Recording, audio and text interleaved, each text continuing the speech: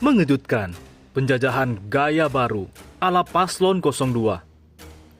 Menyaksikan para pendemo bayaran Paslon 02 di seputaran Monas dan Patung Kuda pada Jumat 19 April, timbul rasa miris dalam hati.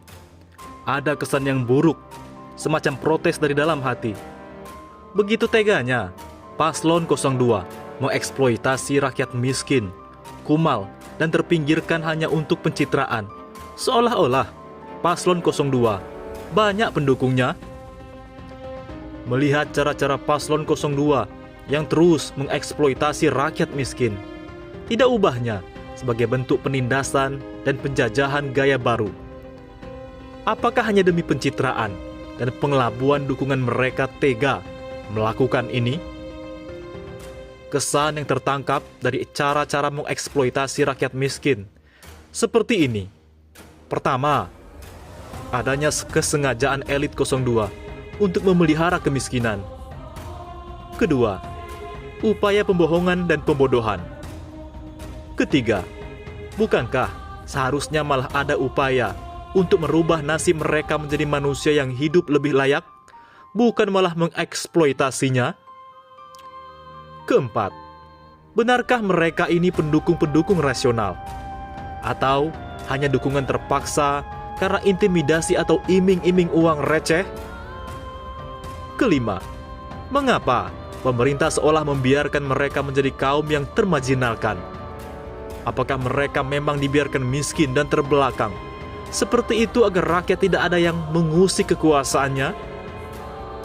Paslon 02 sebagai boneka Cina hampir dipastikan akan melanggengkan hegemoni Cina di Indonesia.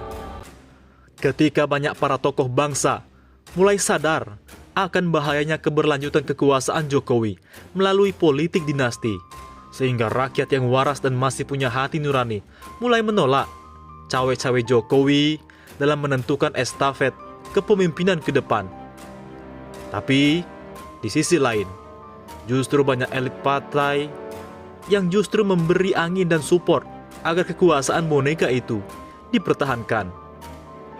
Rakyat saat ini sudah sangat muak dengan Jokowi yang selama 10 tahun kepemimpinannya hanya membawa kehancuran negara di hampir semua aspek. Mulai dihapuskannya ideologi Pancasila diganti dengan ideologi komunis. Undang-undang yang terus dirubah mengikuti kemauan oligarki Taipan dan Cina komunis. Digantinya kurikulum pendidikan yang semua berjiwa nasionalis dan religius menjadi komunis dan sekuler. Undang-undang ketenagakerjaan yang semula berpihak kepada kedua belah pihak, sekarang lebih berpihak kepada pengusaha dan pemilik modal, oligarki Taipan. Peran oposisi dimatikan. Lembaga-lembaga negara sekarang cuma jadi penyambung lidah penguasa. DPR cuma jadi tukang stempel kebijakan Jokowi. Partai-partai politik dibikin koalisi besar demi mengamankan kekuasaan dan kebijakan anti rakyat. Para ketum parpol disandera secara politik, sehingga para ketum parpol tidak bisa bersuara lantang selain manut kemanapun dan dimanapun Jokowi pergi. Korupsi merajalela, hukum tumpul ke atas, tajam ke bawah. TNI Polri hanya jadi alat kekuasaan. Kehidupan beragama terus coba diintervensi, ulama dimusuhi.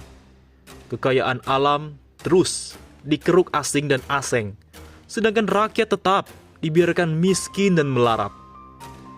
Keberlanjutan yang semacam inikah yang bakal diperjuangkan Prabowo bersama dengan partai-partai koalisinya, Golkar, PAN, Demokrat, dan partai pengusung perubahan juga bakal ikut di dalamnya, Nasdem, PKS, dan PKB. Bahkan, Prabowo sedang membujuk PDI untuk bergabung. Kata Bambang Susatyo, tidak perlu ada oposisi, yang diperlukan gotong royong.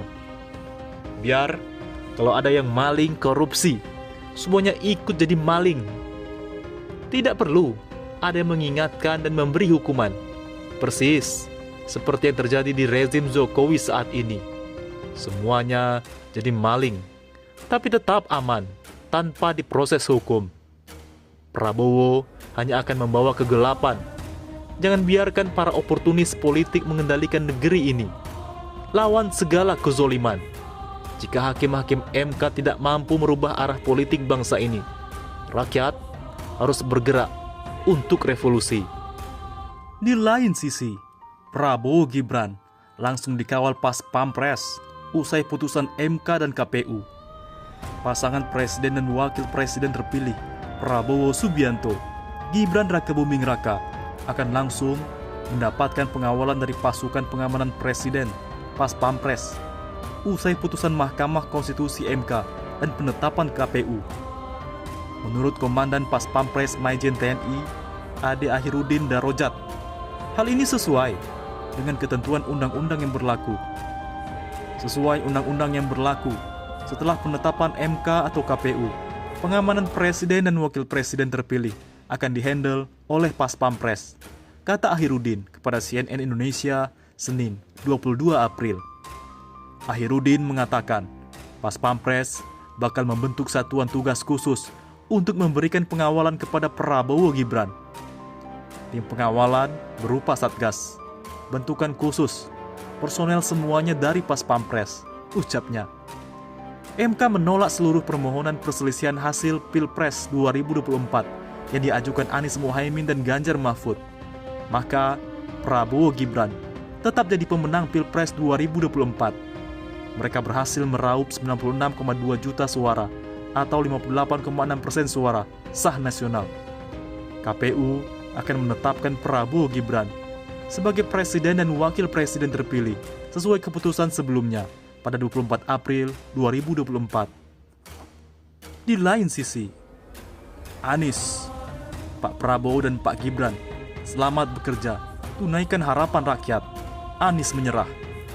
Anies Baswedan mengucapkan selamat kepada Prabowo Subianto, Gibran Rakabuming Raka sebagai presiden dan wakil presiden terpilih. Anies menyampaikan selamat bertugas kepada Prabowo Gibran. Hal itu disampaikan Anies dalam video yang diterima Senin 22 April.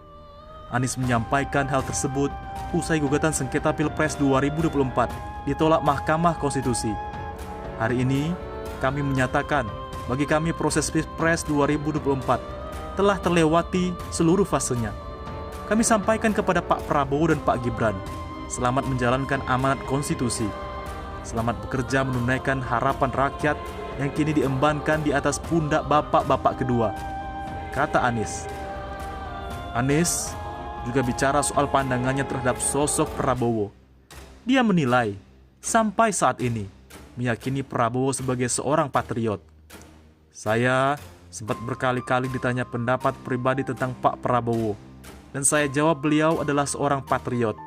Hari ini, saya terus mempercayai sebagai seorang patriot, kata Anies. Beliau, seorang yang telah mengalami pendidikan modern sejak usia belia dan berasal dari keluarga intelektual yang amat terpandang, maka Pak Prabowo tentu paham bahwa dalam demokrasi yang baik menerima keberadaan oposisi sebagai partner dalam bernegara, ucapnya. Bagaimana menurut pendapat Anda?